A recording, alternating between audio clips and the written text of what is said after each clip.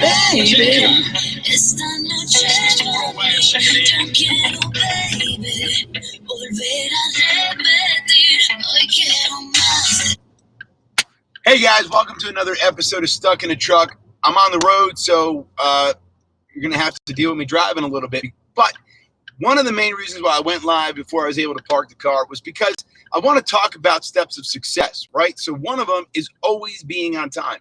Matter of fact, if you're not prepared at least 15 minutes prior to where you're supposed to be or where you're supposed to be doing things, you are wrong. You're late.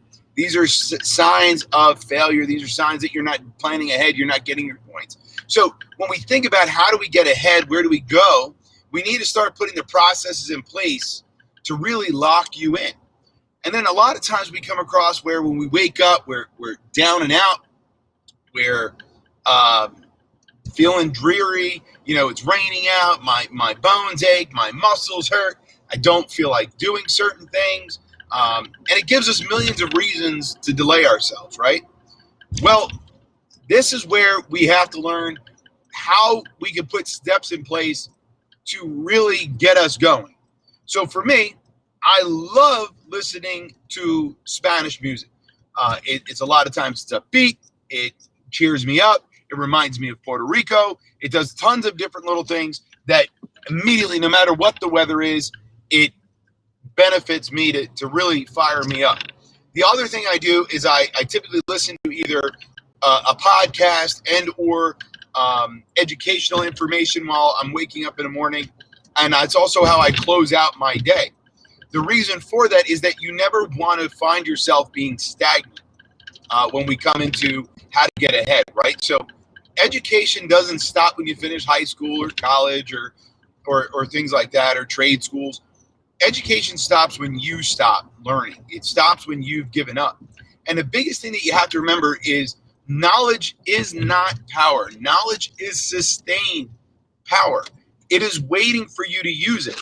So just because you read a lot of books or you just done a lot of things, you always have to look at how it really affects you in the long term, the long run, the things like that, because that's where the effect has the most impact, right? So when we think of that aspect, that's what we have to really pay attention to when it comes into our success points, right? So we know now that if I read a book, right, we get enough knowledge and power to get us from point A to point B. That's great. Hence why I call it sustained power, because majority of the time we find ourselves, reading a book, we implement something like weight loss, right? So I'm going to lose some weight. We focus on it for 30 days. And then it was suddenly after 30 days, who cares? I want to go back to eat my pizza. When we have to look at it, it's a long-term step. It's a long-term viewpoint. So we've been talking about many different things on this show, really giving you the steps that I have taken to succeed the best I can. Now, I don't even find myself to have reached my plateau. I haven't found myself to achieve. I feel like the road is barely even opened up yet for me, and I want to continue doing these things. But I also know that it's one baby step at a time. It's putting the right steps in place. It's implementing them. So the things that I want, I hope that I hope that you take away from me would be is that knowing that if you slow and steady is going to win that race. I'm sure you've heard that millions of times, but it's a compound effect that works into it, right? So if a penny a day that doubles every day, by day 21, you're at $5 million, and that's how you have to look at it, is that you're just accumulating little bits of time. So when you bookend your life, you wake up in the morning, you should start off with something, educational. And then when you get out, you should hear something upbeat. As I started this off, I started singing Te Quiero, Baby, which is I Love You, Baby. It's a new Spanish song. This is a remake. It's a Pitbull. You check it out. It's a really good song. It's one of those things that it pumps me up. So I listen to my morning podcast about business and educating myself. Then I get the music. It's pumping me up. So even though it's a rainy, dreary, crappy day and your muscles are aching, your bones are hurting, I'm still pumped up, ready to take on the world, do this episode of Stuck in a Truck with you, and so much more. Then at the end of the day, I'm going to do the same exact thing. So my bookends are going to start and end on happy, cheerful, and educational things. So I'm letting my brain understand that the most important thing is to stay consistent, plan out my day, get educated, because I want the most knowledge in my brain as possible to continue the journey that I'm on and give myself the most opportunities. And again, it's sustained power, right? So just because I have all the knowledge doesn't mean I'm using it yet, but I want it there for when I need it. So I always explain, you know, knowledge as electricity. You have, you know, some ampage coming into your home, but when you use the light switch, you're only using, 40 watts for a light bulb. But you have way more electricity coming into your house than that 40 watts. Well, the same thing with your education. You should never stop learning. There's always something out there to learn. Better sales, marketing, how to dress, how to do these things. Don't let yourself fall victim to the useless drama and things like that. And I'm not saying don't watch Netflix or any of that stuff. I'm more or less saying that just gauge it, right? Because we have to think about what is the point of how do we get to where we want to go? Do we want to do things? Do we want to own businesses? Do we want to purchase a new car? Do we want to do those things? We have to line out the process on how to get there. And like always, we tend to change and trade the things that we want most all the time. And you have to be careful with that. So real quick, I want to let everybody know I'm parked now. So if you want to throw comments in, you're more than welcome to ask questions and talk to me about this topic so I can read them, just to let you know. So again, getting into this, it's knowing this stuff and putting it in practice. And I'm a great example of it. 15 years ago, it was about 2007-ish. So it would be 14 years ago, we started the journey of Blue Line Canine. And it was an amazing journey at the time. And why we started it was, to get a little bit of extra income and prove to myself and others that I deserved a position in canine. It was one of the main things. And it took off a thing of its own. And now here we are helping more and more people because we stay true. We continued understanding that the number one thing was always to provide my integrity and keep integrity when we're working with people, teaching them the why, not just the how to get dogs trained, but why we train the way we do or the way you need to be trained to get the results that you're looking for. So we don't just worry about how to do it, but what the why factors. And now here we are getting ready to move into 2021, celebrate our 15 years. We got to team up with Jeff down in Raleigh, North Carolina, and now he has a Blue Line Canine down there with the same motivational factors and integrity as the bottom line. And we're going further, and we've even now taken and we're moving into Bowag Pet Resort, where we're going to make an education center there. So this is one of the coolest things in the world. So Julie and I, the owner of Bowag Pet Resort, we go back about 9 years. We've been friends, always, chit-chatting with things and helping each other out. And recently she wanted to retire. She wanted some time off. It was, we discussed it, and I was able to purchase it. She made it really a great deal for me to achieve a dream of creating what I like to call an education center. So I'm really excited about this, because of the fact that over the next few years, we plan to make some changes there to bring more and offer more to clients, but also to offer different things in animal science and behavioral science education, which is really exciting. So we're going to be offering daycare, overnight care, all this different stuff. And what's awesome about this is that this is going to carry right through the entire corporation of Blue Line Canine, which means it'll be down in Raleigh, it'll be at our future locations. Just, as each location opens up, we'll get them situated and started, and they'll be able to provide the same stuff. So if you guys are in Raleigh, North Carolina watching this is coming to you as well. And soon Florida, we're hoping to get New Jersey as well. We're in negotiations for those areas. So this is really, really fun and exciting for us, because I got to share it with all of you, and you all were a part of it making this happen. And there's nothing more rewarding to me than knowing that a journey my wife and I started in 2007 has grown to such a large community. We are now even able to sponsor a go-kart race team that my son's even going to be a part of, which is really cool, that races and gives kids a different outlet outside of, hanging out on computers. But they also raise money for children's cancer research and to help families in need. So this is one of those things where, things are just really working out. And the only thing I can tell you that The reason why this is going on is because of consistent behavior over a long period of time. You know, when you jump around, constantly changing your decisions, constantly looking for that new thing, that new shiny quarter, you're going to find yourself tripping, repeating things that you don't need to repeat. You need to stay consistent. And we talked about in the beginning of this about knowledge is power, but it's not. It's sustained power until you use it right. And one of the things I could say is that, you know, my mentor, Darren Hardy, he always says that you should reread a good book multiple times instead of reading multiple books one time. And I have to completely agree with him. This year is his 10-year anniversary of one of the greatest books ever written. It's literally called The Compound Effect. I love this book. I read it once every 3 months. So 4 times a year I read this book. And I've been reading this book for 9 years. I even have it on audio.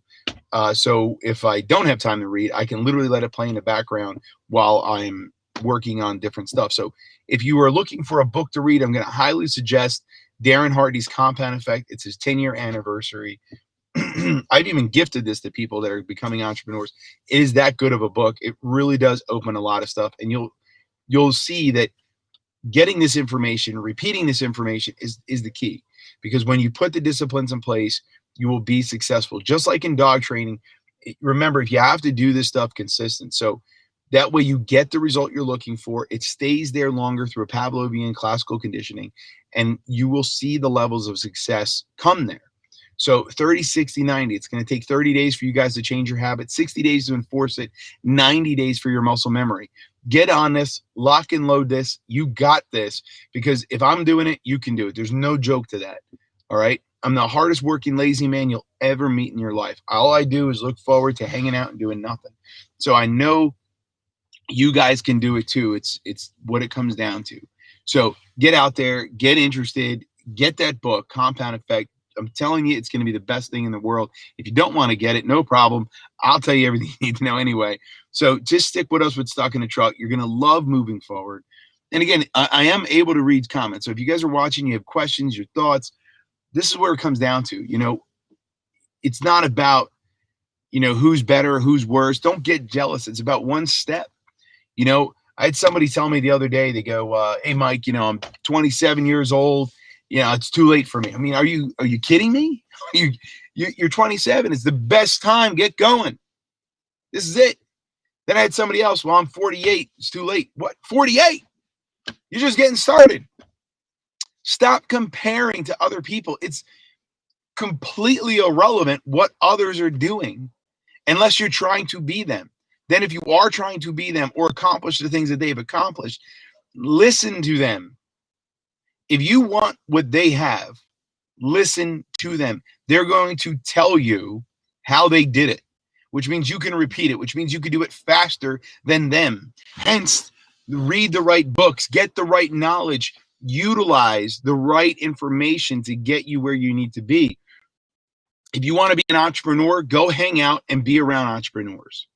If you want to be a fireman, go hang out with firemen. If you want to be a police officer, hang out with police officers. You want to be a plumber, hang out with plumbers. The thing is that when you hang out with these people and you surround yourself with these people that are doing the trade or job or occupation that you want, or you want to be in, or you want to partake in, what you don't realize is they're going to speed up the process for you, because they're going to tell you all the steps they did wrong, which means they're going to let you know how not to do those. So they're going to let you know how not to repeat them. The hardest part about it is getting out of your own way. Literally, the hardest part is getting out of your own way. We all think we know what's best. And the problem is that we'll tend to repeat the same mistakes everybody else made. Don't repeat them. Listen to them. They're giving you the cheat code. Up, up, A, B, left, right, down. They're giving you the cheat code. And the other thing to think about would be is this, and this is something funny, is that, you know, business is business. It doesn't matter the industry. Entrepreneurism, business owners, we're all one and the same when it comes out to doing these things, is that we look at it as, you know, oh, well, I don't want to own a plumbing company, so the plumbing business owner is not going to know. Yes, he is. He's going to know everything there's going to be to know about business. And again, you have to look at the scale level too, to the different levels of knowledge. But This is where success comes in. Like I teach a course on leadership. Doing my entire career in law enforcement, volunteer fire department, Marine Corps, business owners, everything like that. There are two different forms of leadership. One they call bosses, which is AKA managers, and the other ones are leaders. And it's very obvious when you have a leader because people will follow that person no matter the rank or position. They'll listen to them. They know what they're talking about. The people are naturally inclined to listen to those people because they're watching them become successful, and they're not because of a rank. The people that go around talking about their positions of rank and slapping their arm about how many stripes they have on it or where they wear their information or letting people know that they're the boss type of thing, those aren't typically the ones that you're going to follow into battle or war or any of those things. Those are typically the ones that, you shrug your shoulders at with them when they're around and evade them when they come back around. Find your leaders. And if you can't, be the leader. Because leadership is one of those things that we're struggling with today. People need good leadership. People need to know what the right and wrong is. And how a leader works is by doing it. The worst line I've ever heard in my life was, do as I say, not as I do. That is the dumbest thing I've ever heard in my mouth, in my life. I can't even believe I just said it out here on live Facebook here. Do as I say, not as I do. Are you it me? Right? It is the dumbest thing in the world. A leader leads. Followers follow. And remember, followers look to leaders. And if you're a boss that is sitting there telling somebody what to do as you do the opposite, or you think that you don't have to, you're wrong. If you want your employees, if you want your workers, if you want your family, if you want anybody, your friends to have integrity, you must have integrity. You must be the one doing it. You have to hold yourself to that standard. And when you hold yourself to that standard, the people around you will naturally have that standard. They will understand that standard. Matter of fact, you will never even have to correct them because they will beat themselves up by themselves for that. And that is why leaders lead. Stop being bosses. Start being leaders. Repeat the best books because those are the ones that are going to get you even further. This is how we go at this. This is how we do this. Don't be impatient. Success comes. Enjoy the journey. Set your goals up for each step of the process, not just the finish line. If you start looking to run marathons, reward yourself for just going for the first run. Hell, if you've never ran, like I don't like running. So if I ride a bike or something like that, I'm going to reward myself. I'm not going to reward myself with candy, but I mean, honestly, if you want to send it this way, I'll take care of it. But remember, it's one of those things that we have to look at as going is this. There's nobody to blame but ourselves. And you got this.